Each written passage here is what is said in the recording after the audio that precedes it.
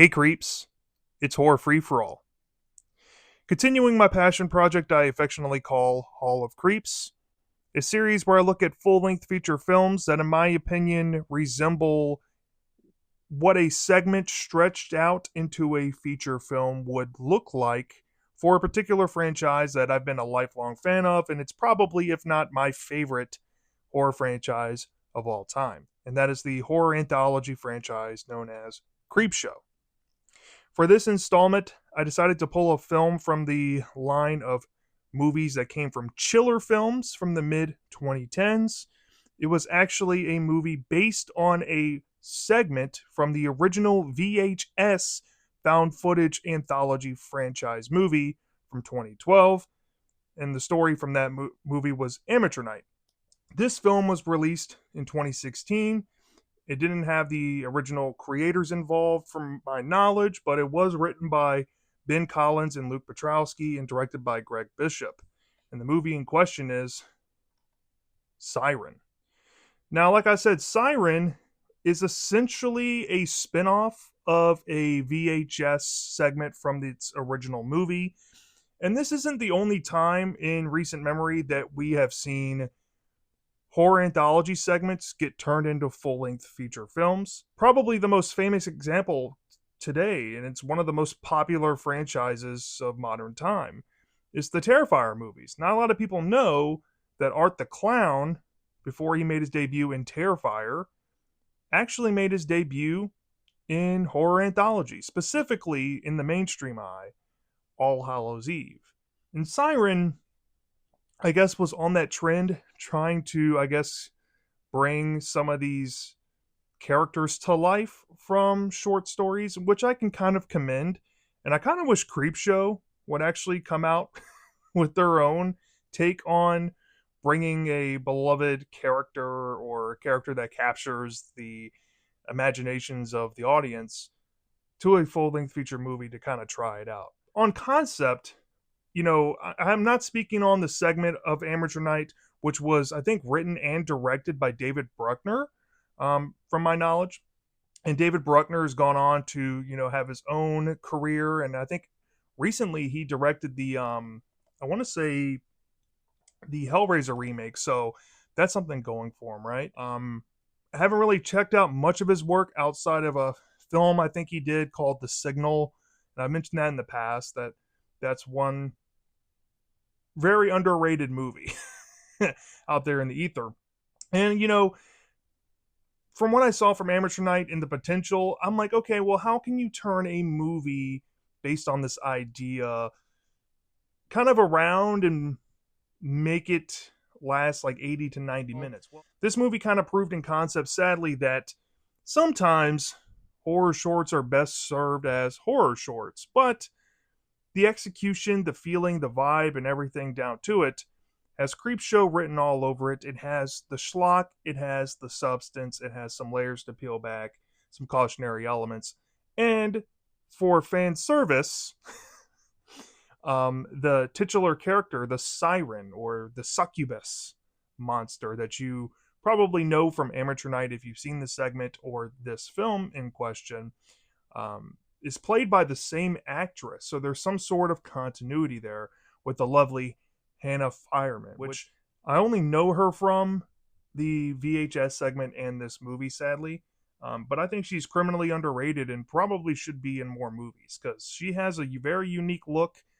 And I think Hollywood or filmmakers could probably get a lot of mileage out of her with some ideas. But with that being said, we have a movie to talk about. What is SiREN like? So imagine a backdrop of a church. It's darkly lit, and there's a seance that just commenced. And these two individuals walk in. I think one of them is, into the dark arts or magic macabre, and the other one's like the sheriff of the town. And they enter this church based on, I guess, a 911 call or an investigation into a possible ritual going on at the church. And when they arrive, every light is turned out in the building, and they notice that it's extremely dark. They prowl around the darkness, and they end up finding some dead bodies. And it turns out there might be a small little creature doing the killing. And we see something happen to the sheriff, but this shaman guy, I think his name is Nix, as the movie will reveal later on, has this, I guess, shock collar of sorts, to call it that he has to put around this creature to tame her. And before we get to see if he's able to put this thing on her body, it cuts to the title card sequence and we get cut to our main cast of the story. So our main character is named Jonah. And Jonah is about to be married to the love of his life, but him and his wife, or soon to be wife, are having some connectivity problems because I guess the stress of being engaged or the stress of the wedding coming up. And Jonah, of course, is, you know, trying to, I guess set the mood before he leaves to go on his bachelor party excursion with his brother and two best friends. Now, when we get introduced to the remaining cast of the story, we see that Jonah has a very larger than life brother named Mac, who is essentially a foul mouth kind of guy, and he's a party goer and likes that kind of lifestyle. And then he has his two friends Rand and Elliot also accompanying him. Elliot's more of a shy, reserved, bashful kind of guy. He's not really outspoken. Maybe he's more introverted, but he's willing to have fun for the sake of it. And then Rand seems like the only normal guy in the group. He's kind of like the voice of reason for Jonah and wants to have fun, but he also doesn't want them to kind of overstep the boundaries, if you get what I'm saying. So the four gentlemen, they hop in a car and they head on a trip to New Jersey, where they're headed for this alleged strip club that is absolutely amazing, that gets a lot of good reviews and apparently has like the best strippers, exotic dancers, whatever. And I guess they're hyped to be there. But when they arrive, they realize that the entertainment isn't what they thought it would be. Like there's strippers wearing flip flops and some weird things going on with the entertainment that isn't really up their alley. And it's also kind of not hype in the strip club. The guys trying to make the best of it, though. They're taking some drinks and they're trying to make the best of it. And Mac decides to go to the bar to order a full bottle for the guys so they can at least, get plastered and enjoy the night. But that's when Mac runs into this guy who essentially tells him about this other place down the road that has way better entertainment, way hotter girls, and they do more for you there, if you get what I'm saying. So Mac is like, you know what? This night's lame. I'm trying to make this a weekend or a trip that my brother will never forget. I'm going to take the guys and my brother Jonah, and I'm going to take him over to this place. So he goes back to the table, and he essentially tells his friends, "Hey, we're going to follow this guy. He said he would help us, I guess, find the place, and we're going to go to this other strip club." And the guys are like, I don't know about that. We didn't sign up to do this. And Mac's like, come on, man. The night is young. Let's go check it out. What's the worst that can happen? There's nothing that can be worse than this place. So they hop in the car and they realize that they're going down some sketchy road that they've never seen before. And they arrive at this old, I guess, plantation looking house in the south, in New Jersey, I should say. But it kind of looks like a plantation house. If you get what I'm saying, like the property's huge and this house that I guess accompanies the strip club is very old. And when they walk inside, dear Lord, you see very quickly that there are some not normal people up in here. You got basically the silent types that look like they don't talk to people or interact with normal people very often. You have a bartender with a wild looking colored wig who is saying some passive things to these guys as they're coming in and kind of giving them some foreboding lines that could imply that, why are you here? You know what I'm saying? Like, you shouldn't be here. And all the people there for entertainment, there's some people dressed up in some satanic looking robes. There's people with like weird necklaces and, pendants and stuff like that. So, as the audience, that these guys, they have wandered in to a possible horrible situation. Well, when they get there, of course, the person who runs this establishment is the guy that we saw earlier in the film in the cold open, known as Nix. And Nix, he seems to be the ringleader of the crowd here, and he puts on a show and shows off these performers and dancers coming on stage that essentially intoxicate the guys kind of magically. I should also bring this up that they decided to take shrooms, or I think acid or something like that, to kind of help the mood and get down with the weird at this place. And one particular guy, Rand, I think gets very sick, and this other guy, Elliot, he's starting to get a little out of it.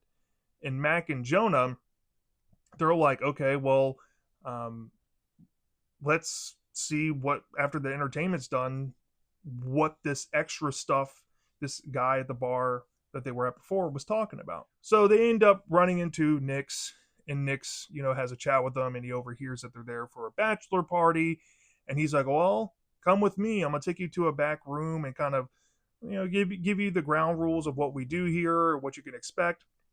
And as they're going through this labyrinth of a back room of, or I guess back corridor of the house that they're in, they see a bunch of weird doors and weird people waiting outside of them, like BDSM and possible like threesomes. And yeah, it's a very sexual movie, y'all. But it doesn't look to be all that right? And once they enter, I guess, Nix's office of sorts, Nix essentially tells them, like, hey, since Jonah's the bachelor, it's up to y'all and Jonah, but there's a room here that will give Jonah a good time. And Mac and Rand and Ellie are like, you know what? We won't tell a soul if you do it, Jonah. And Jonah's like, you know what? I don't want anything sexual, but if it's like a really cool lap dance that you can only get at this place, I'm willing to try it out, right? So Nix gives them the instructions to go down a specific hallway and go to a specific door where this performer named Lilith would be. So Lilith, as we find out, as Jonah makes his way to this door, is humming this song, and she's completely naked in this room. She looks like she's locked in there. She has this like little shock collar on her body. And Jonah, just upon hearing this song of hers, basically has like a fantasy sexual encounter with his fiance, and it's kind of implied that Lilith is making love psychosomatically with this guy. And once, I guess, they're done, he feels like on top of the world. And when he snaps to it, he overlooks the details inside the room and thinks that this woman possibly has been abducted and held captive as like a slave or a sex slave to this Nix guy. So when he goes back to his friends, or tries to go find his friends, he's desperately trying to get them to understand that there's somebody trapped here, and I think it would be right for us to set her free. But things start to hit the fan really quick. I think Elliot and Rand in particular get into a snafu with Mac at the bar over a drink that they're given by the bartender. And what ends up happening is people start to catch wind that they might know a little more than they should. And they're like, okay, it's time to go, right? And they're trying to find Jonah. And Jonah comes out and, he's like, let's get the hell out of here. And bumps into Rand. Meanwhile, Mac and I think Elliot have already pieced out to the car. And he tells Rand, he's like, hey, you got to come with me, dude. And Rand's like, no, dude, we got to get out of here. He's like, no, we got to do the right thing. This girl is stuck in this room. Let's go free her and save her. So Rand is like, fine, whatever, dude. And when they go back the other way, something happens to Rand, and he gets separated and possibly injured.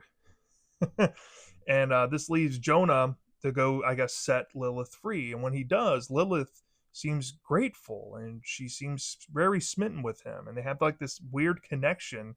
But Jonah's like, okay, you got to come with me.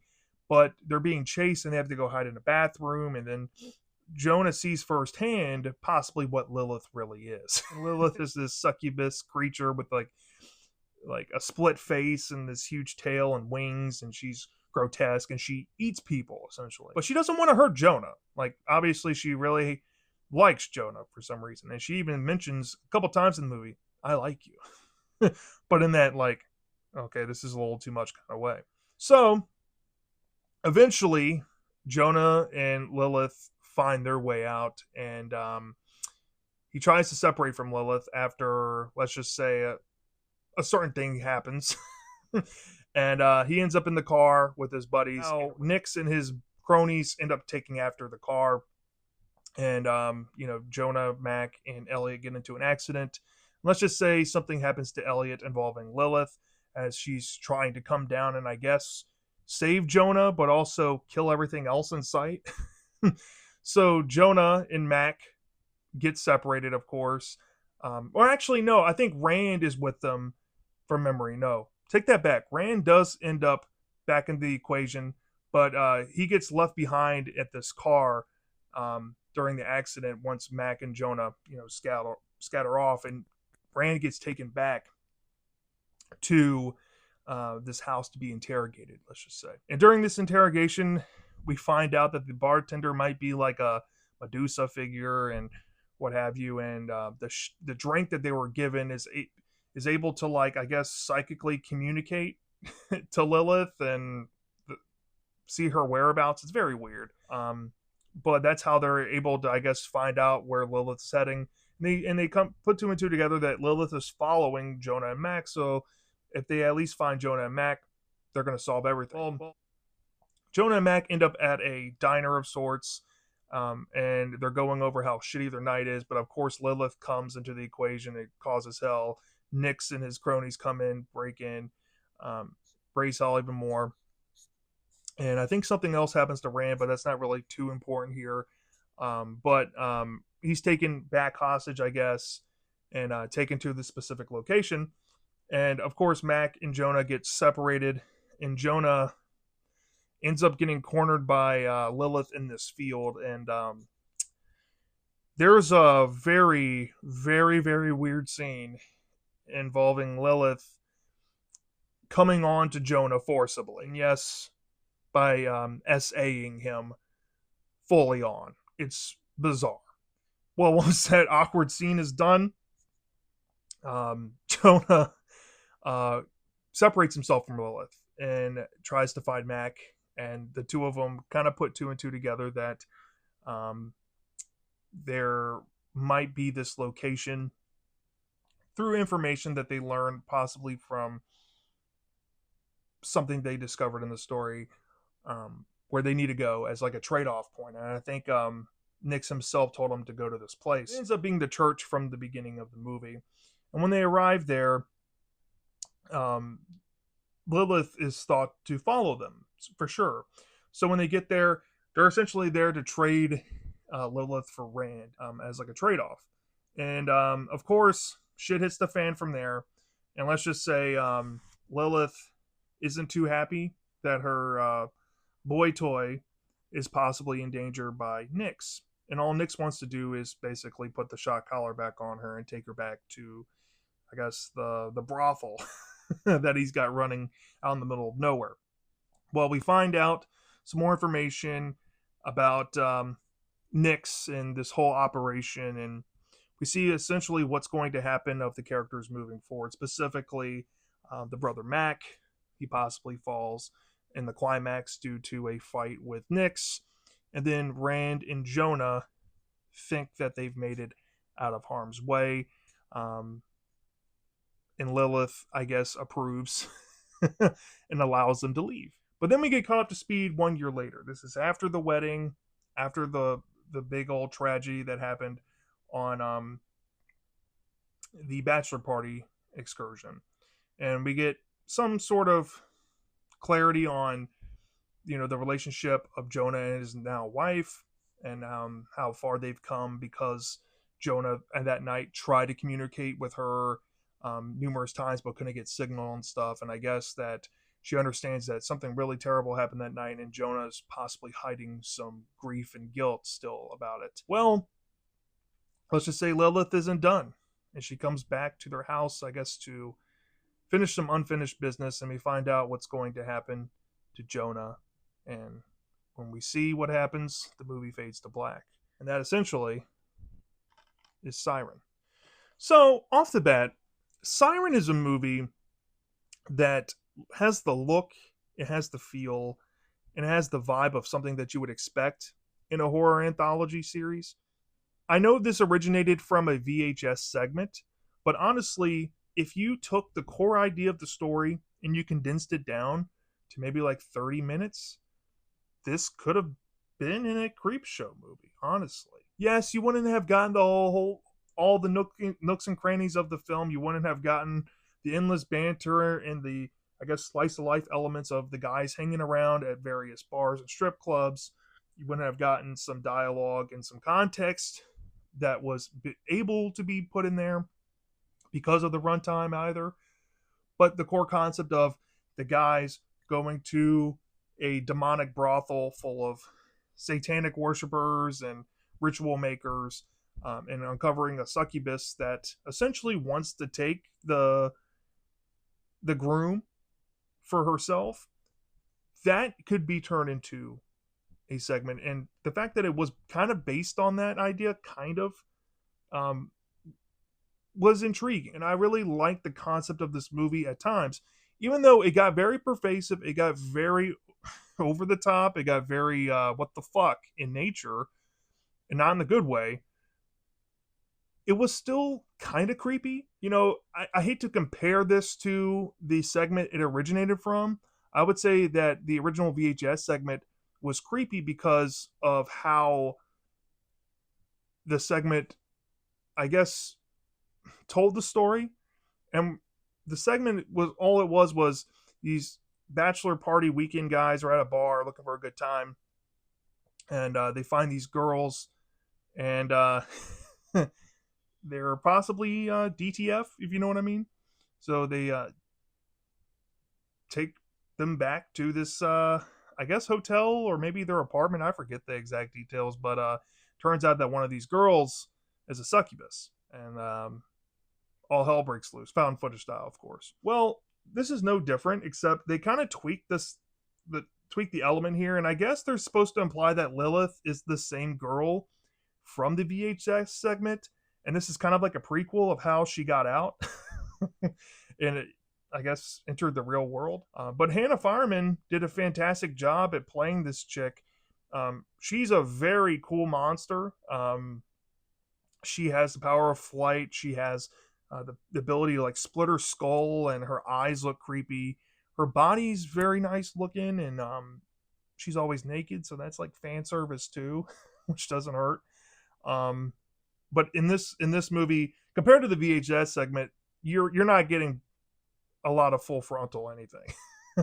I guess Hannah's agreed to do this movie as long as she didn't have to do what she did in the original, which I get to an extent because this is a movie that a lot more people would see compared to VHS, which I think was a straight to DVD movie back in the day. So they were able to do what they were able to do there, more so than this, which was essentially made to be put in theaters, but also made to mainly be put onto the Chiller Network and released straight to DVD. So they had a lot more, I guess, hurdles there with what they were able to do with her, but she was still a good monster. And these type of monsters are a dime a dozen in Creepshow, man. Um, what I really think that this movie does great on its own, though, is that it has even though it's low budget, even though you can tell that they're working with what they have at times, there's a distinct mood to the story. You already know the setup in the beginning that this succubus creature is going to play a role later on, and you're just waiting for that point to happen. But once it does, the movie really does click on and become violent, and it becomes kind of like a survive the night type of film, which keeps it small scale, but the the I guess exploration of this town in New Jersey and places they go kind of show the scope of the situation, and through the action of the villains in the story, like Nyx and even Lilith to a degree, you understand that there's this covert operation trying to keep all this stuff hush hush, and this town is best to keep this thing a best kept secret because if it gets out and there's word of it, it's not going to be any good for anyone. And it just so happens that these four guys who were at the wrong place at the wrong time got suckered into a night that accosted 2 lives and dramatically affected 2 others forever.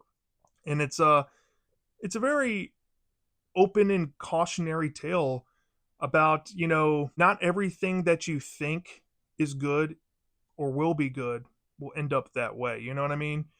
They think that, going to a strip club is supposed to be a fun excursion. It's supposed to be something that you don't take seriously. You just go have some drinks, have a good time.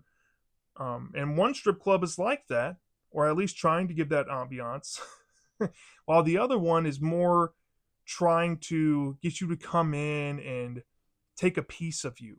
You know, it's you want to think that a film like this is metaphorical on that, but it makes you think about some certain things, right? About coming on too strong, about sometimes doing the right thing is actually the wrong thing, like with Jonah. Him trying to save Lilith was a terrible idea. He shouldn't have done it. He should have just left her there, because once he saved her, he doomed himself. He was cooked. There was no coming back. Um, and sometimes, you make those split decisions that you don't think will impact the rest of your life, but they end up impacting the rest of your life. And maybe that can be tied to bachelor parties and marriage, right? If you go to a bachelor party, there's a line you shouldn't cross, and Jonah crossed it. And because he crossed it, now metaphorically, he's paying the price, for his actions. And even when we get caught up to speed with him and his wife later on, you can tell that stuff's still lingering with him, and he can't get past it, right? So obviously there's stuff that he's keeping from his wife that's hurting him, right? And she finds out, of course, I guess some of what happened, I guess without knowing the whole story, which is very bizarre, but it kind of feeds to the symbology there. I think this film has a lot of qualities, and those type of messages and storytelling elements you will find in anthology horror. And I've always said that Creepshow is more like elevated EC Comics anthology comic horror, right? You have the schlock with the substance, right? And this movie has it. It has some pretty decent performances from the main cast. My favorite performance is probably Nick's. He's definitely a show stealer. And maybe Lilith, played by Hannah Fireman. The main cast was serviceable. The music was low budget too, but serviceable as well, given what we were given here. And out of the whole Chiller Films brand stuff, I do have a few in my collection. This is probably one of the better ones in comparison to something else that they put out, or a good amount of what they put out over the years. So yeah, some pretty sound positives with the film.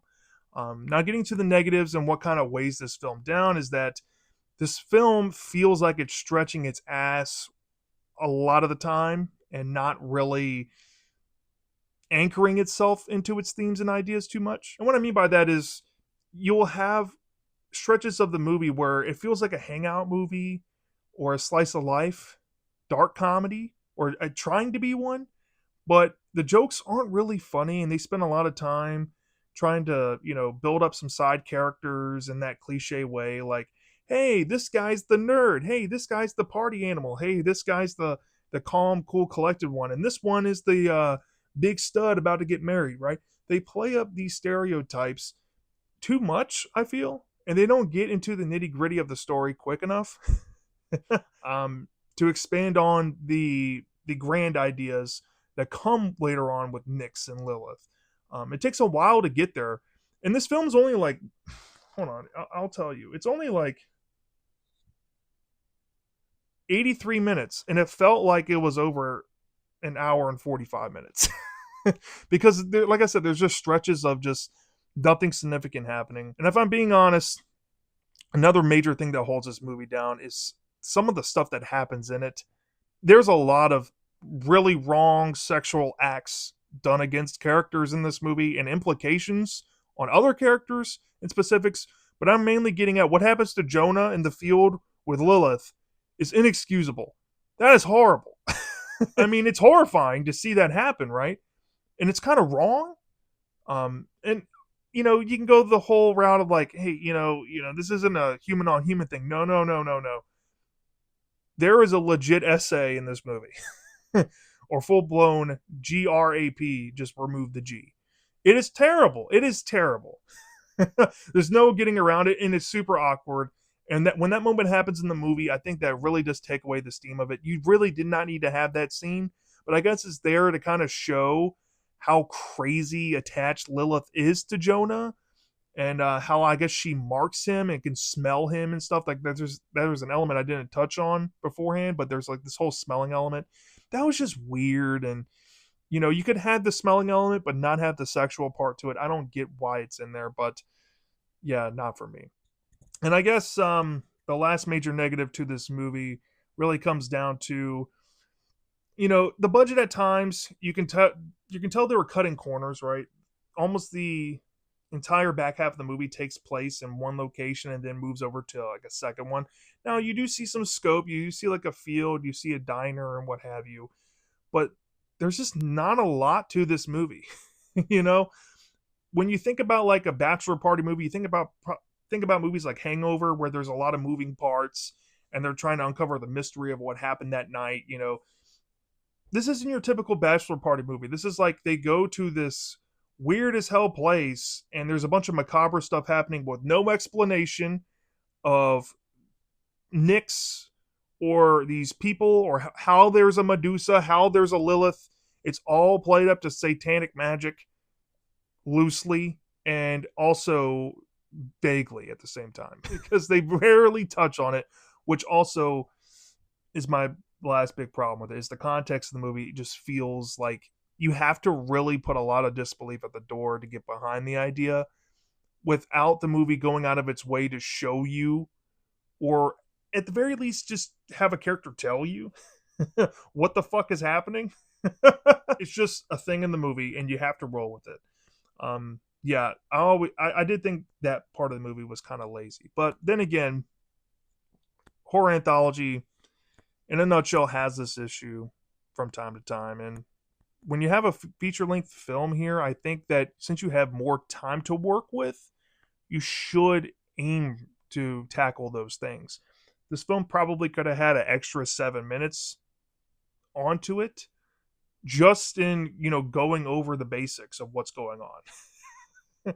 But I digress. If I had to rate SiREN on a 0 to 5 star basis, y'all, I went back and forth whether I wanted to give this like a decent or a good, which is between like a 3 to a 3.75. Where I landed with it, though, thinking on it, I probably won't go out of my way to rewatch this movie ever again. Now, if it comes out on Blu-ray, full warn, this is only a DVD release. It's never been released on Blu-ray. I might buy it because this is one of those movies that, remind me of Creepshow and, the franchise I love. And it's also one of those weird movies that I guess turn an idea from an anthology film to a full movie. And this isn't the only time VHS has done this, mind you. This was just the first time they did it. So I would probably buy the Blu-ray, but I don't know how often I would rewatch it. Like I said, the sexual stuff, really bad. The context is really mulled over, and there's a lot of boring stuff happening, and the jokes they're going for aren't that funny. I'd probably give this film on the lower end in a decent at a 3 out of 5 stars. It's a decent movie. I see a lot of hate of this film online for some reason. I think it's kind of overblown, but I do get it to a degree. Compared to the segment, I think the segment ironically works better in the VHS original movie because it's shorter. I think it's able to build suspense easier, and the core concept that you get of like a couple guys looking for a good time out, and finding the wrong type of girls to get entertained with. The core idea is here, but they try to change up what they could, but they just couldn't replicate what they could do with Amateur Night. And honestly, if Amateur Night was fleshed out to an 80-something minute movie, I don't think it would have been as good or just as good as this. Honestly, it probably could have been worse. So I can also see why they would try to change up some things too, but it just didn't work, I guess, the way they wanted it to. I don't know much about behind the scenes because I don't think there was any special features on the DVD. There's no making of or anything or what inspired to get this movie made, unless it's some commercial out there from the Chiller Network back in the day that I have yet to find. But until I see that, no there's not a lot of information to go on here. So it is what it is with this movie, sadly. So yeah, that's my thoughts on SiREN from 2016. Let me know down in the comment section if you've seen this movie before. Do you love this? Do you hate this? I'm dying to know. And I'll see you next time.